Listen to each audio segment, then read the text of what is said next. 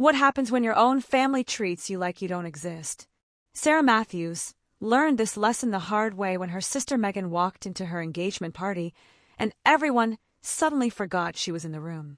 But that was just the beginning of a story that would tear apart everything Sarah thought she knew about love, family, and what it means to fight for yourself. Sarah had always been the invisible child. While Megan got dance lessons and piano recitals, Sarah got told to be quiet so Megan could practice. While Megan got birthday parties with all her friends, Sarah got a cake shared with whoever happened to be around. While Megan got new clothes for school, Sarah got Megan's hand-me-downs that never quite fit right. This wasn't just typical sibling rivalry. This was a pattern that started when Sarah was 5 years old and never stopped. The problem wasn't that Sarah was a difficult child. She got good grades, she helped around the house, she never caused trouble. The problem was that Megan was everything their parents wanted in a daughter. Beautiful, charming, outgoing, and talented at everything she touched. Sarah was quiet, thoughtful, and preferred books to parties. In their family, that made her forgettable. When Sarah turned 18, she thought things might change. She thought maybe her parents would finally see her as an individual, instead of just Megan's older sister. She was wrong. The neglect continued, but now Sarah was old enough to understand exactly what was happening. She was old enough to feel the full weight of being unloved by the people who were supposed to love her most. Sarah tried everything to get their attention. She graduated top of her class in high school. She got a full scholarship to business school. She started her own company while still in college. Nothing worked. Every achievement was met with polite acknowledgement, while Megan's smallest accomplishments were celebrated like national holidays. When Megan made the cheerleading team, their parents threw a party. When Sarah's company made its first $1 million, they asked if she could lend Megan money for a new car. The worst part wasn't the lack of recognition. The worst part was how it made Sarah feel about herself. She started believing that maybe she really wasn't worth loving. Maybe there was something fundamentally wrong with her that everyone could see except her. Maybe she was just destined to be the background character in everyone else's story. This feeling got worse when Sarah had surgery to remove a tumor from her spine when she was 25. The surgery was successful, but it left her with permanent numbness in her left leg. She couldn't feel anything from her knee down to her toes. The doctors said it was a small price to pay for removing the cancer, and they were right. But for Sarah, the physical numbness became a symbol of how emotionally numb she had become. She couldn't feel her leg, and increasingly, she couldn't feel much of anything else either. During her recovery, Sarah met Alex. He was a physical therapist who helped her learn to walk properly again. Alex was everything Sarah had never experienced before. He was kind, patient, and most importantly, he saw her. He noticed when she was in pain. He celebrated her small victories. He made her feel like she mattered. For the first time in her life, Sarah felt loved. Alex and Sarah dated for 3 years. They moved in together, they talked about marriage, they planned a future. Sarah thought she had finally found someone who would choose her first. Someone who wouldn't overlook her or take her for granted. Someone who would love her the way she had always dreamed of being loved. When Alex proposed, Sarah was the happiest she had ever been. Not just because she was getting married, but because someone had finally decided she was worth committing to. Someone had finally looked at her and thought she was enough. The engagement party was small but perfect. Sarah's Aunt Rose was there, the only family member who had ever really cared about her. A few close friends came. Even her parents and Megan showed up, though Sarah could tell they were only there out of obligation. Everything was going perfectly until Megan walked into the room. Sarah watched as every single person at her engagement party turned to look at her sister. Megan hadn't done anything special. She had just existed in her usual, effortless way. But suddenly, Sarah felt invisible again. Even at her own engagement party, Megan was the center of attention. What happened next changed everything. Sarah noticed Alex staring at Megan with an expression she had never seen before. It wasn't just attraction, though that was obviously part of it. It was fascination. It was the same look everyone always got when they first met Megan. The look that said they had just discovered something rare and beautiful and they couldn't look away. Sarah tried to tell herself she was being paranoid. Alex loved her. He had proposed to her. He had chosen her. But over the next few weeks, she started noticing things.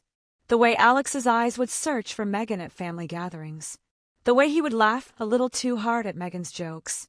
The way he would find excuses to talk to her when Sarah wasn't around. The breaking point came when Sarah walked into their apartment and found Alex on the phone with Megan. He was telling her about problems in their relationship that he had never mentioned to Sarah. He was asking for Megan's advice about whether he should go through with the wedding. He was talking to Sarah's sister about Sarah like she wasn't even a real person with real feelings. When Alex saw Sarah standing there, he hung up quickly and tried to pretend nothing had happened. But Sarah had heard enough.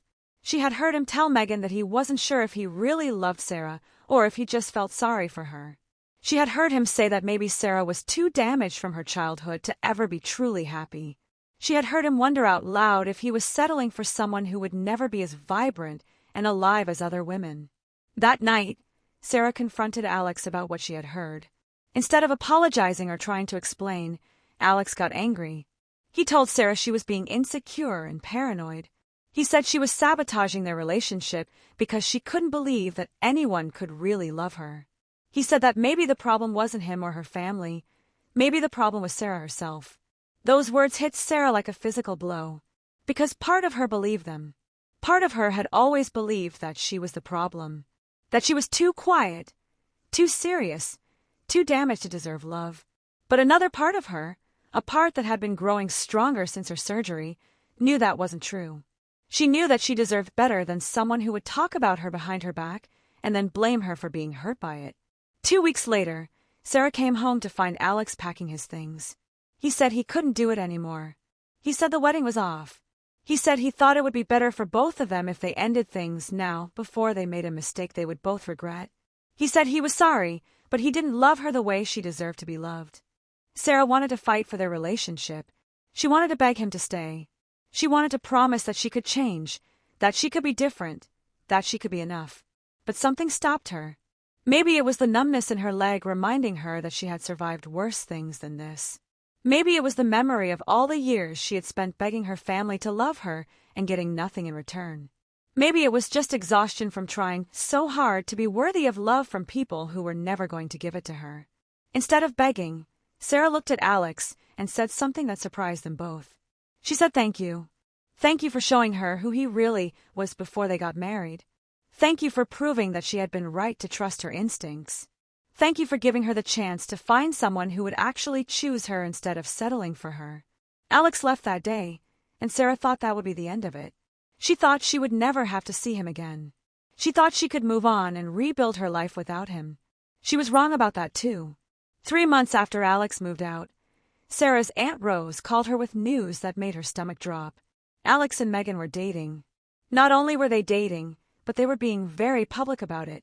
They were posting pictures together on social media, going to events as a couple, and according to Rose, they were telling people they had fallen in love and couldn't help themselves. Sarah felt like she was going to be sick. It was one thing for Alex to decide he didn't want to marry her. It was another thing entirely for him to immediately start a relationship with her sister. The sister who had always gotten everything Sarah wanted. The sister who their parents loved more. The sister who never had to work for attention because it was just handed to her.